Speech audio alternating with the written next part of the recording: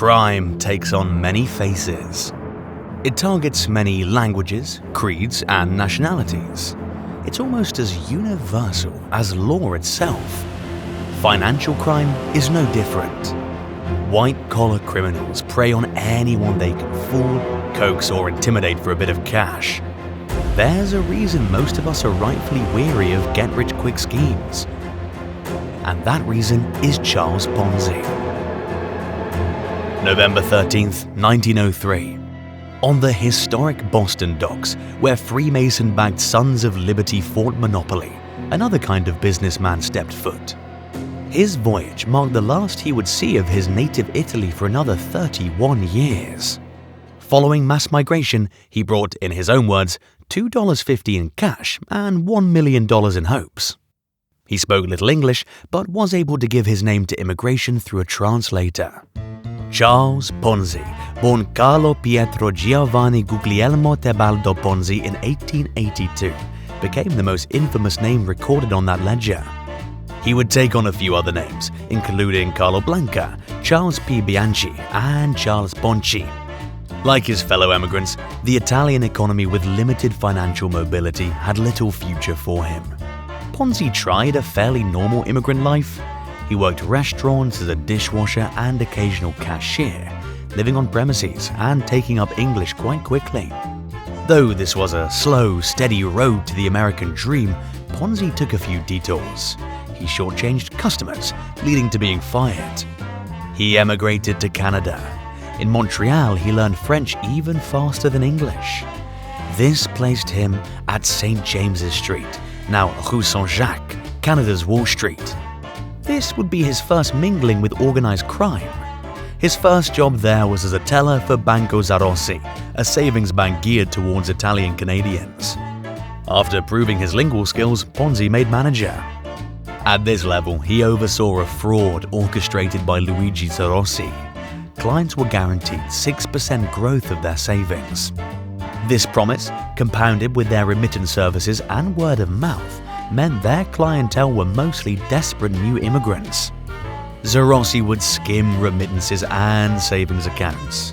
When customers wanted statements or withdrawals, employees like Ponzi refilled the specific accounts with newer accounts cash.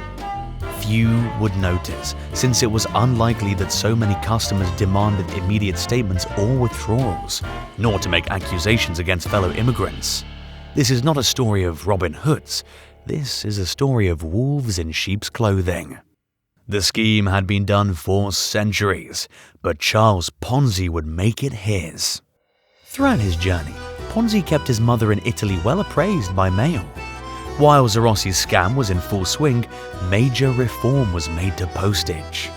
The International Postal Union had just created the International Reply Coupon, a universal postage stamp sold worldwide at localized rates. The amount an American would pay for it would certainly be different for an Italian, but both received the same service. The Zarossi scheme toppled in 1908. The bank, failing to meet loan payments, overdrew, causing a run on the bank. Though Zarossi himself ran to Mexico, Ponzi ended up moving in with and caring for Zarossi's family. Ponzi himself planned to jump ship back to America, but wanted funds to start over. He knew that a former Zarossi client company known as Canadian Warehousing had funds. He walked into their unmanned offices, scrounged a checkbook, and wrote himself a check for $423.58 under Director Daniel Fournier's signature. He was caught and sentenced to 3 years at Saint Vincent de Paul Penitentiary. Upon release, he attempted to smuggle 5 Italians across the border, earning him 25 months at USP Atlanta. Though American prisons normally inspected letters, the warden had no grasp of Italian while housing mafia prisoners. Ponzi took on this minor job, befriending many in the process. He also befriended one other faithful inmate, Charles Morse, the precipitator of the 1907 financial panic. He would redefine Ponzi's American dream. The concept of an organized and regulated securities market was minimal. It was a buyer beware market. Few specific laws or regulations protected investors from fraud or deception in the industry. The two inmates would exchange their knowledge of banking until Ponzi's release. He returned to Boston, where he ran a mining camp infirmary. As he moved from job to job, in 1918 he married Rose Gnecco, daughter of Italian shopkeepers who strongly opposed the elopement.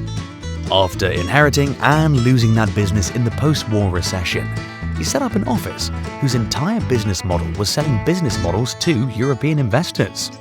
It was there where he came up with his own scheme. In the rubble of World War I, new and old governments throughout Europe faced fiscal hurdles, namely high inflation. Italy suffered heavily. International reply coupons could be bought there for much less than in America. Ponzi told investigators his business bought IRCs at Italian prices and sold at American prices. In banking, this is called arbitrage. Though arbitrage was profitable and perfectly legal, many banks scoffed at his inflated claim of 400% profit. He solicited personal friends and set up a stock company to draw in capital. The Securities Exchange Company became his own American dream in January 1919. Just as with Zarossi, Ponzi targeted the working and lower class. Many were Italians. After a while, even newspaper boys put in what little they made into the scam. 3 out of 4 Boston policemen had accounts with Ponzi. He was a charismatic and persuasive speaker, trained to convince people that his investment scheme was their golden opportunity. He promised returns of 50% in just 45 days, or 100% in 90 days. To meet these preposterous expectations, Ponzi broke the law. Following Zarossi's method, he would cyclically pay old investors' interest with new investors' money, regardless of how profitable IRC arbitrage actually was. In fact, he never once tried trading coupons. Ponzi's scheme spread as he hired agents, who then founded branches nationwide. Within 6 months, Ponzi had amassed millions, even buying out the bank that rejected him. Ponzi lived it up.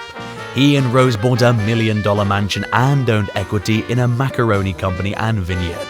His mother was able to join him in America on a luxury liner. For Charles, it was all too easy. For a good while, nobody asked questions. Nobody realized they'd have to rent or own entire cargo ships to gather that many Italian IRCs. Nobody even realized he hadn't even sold a single IRC stateside. He was living his own American dream, all until one morning when opening the Post. An op-ed in the Boston Post pointed out how physically impossible his business would be at the size it was and the amount it was promising. Though Ponzi won the ensuing libel suit, it made people wonder how he was making a killing. The Boston Post, looking to avenge their writer, broke the news on July 26, 1920. Richard Grozier, acting editor and publisher of the Post, hired white-collar PIs to look into Ponzi. They discovered that he had not even invested a single penny personally into the company. They also checked with the US Postal Service, only to see it was mathematically impossible for Ponzi to have bought and sold that many IRCs. In proportion to the profit margins he delivered, he'd need to have bought and sold 160 million IRCs.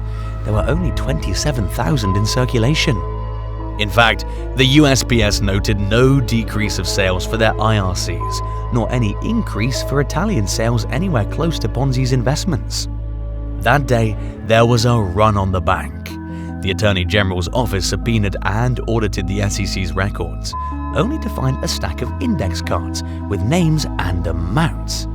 Ponzi used the bank he bought out to loan payout money to his own SEC.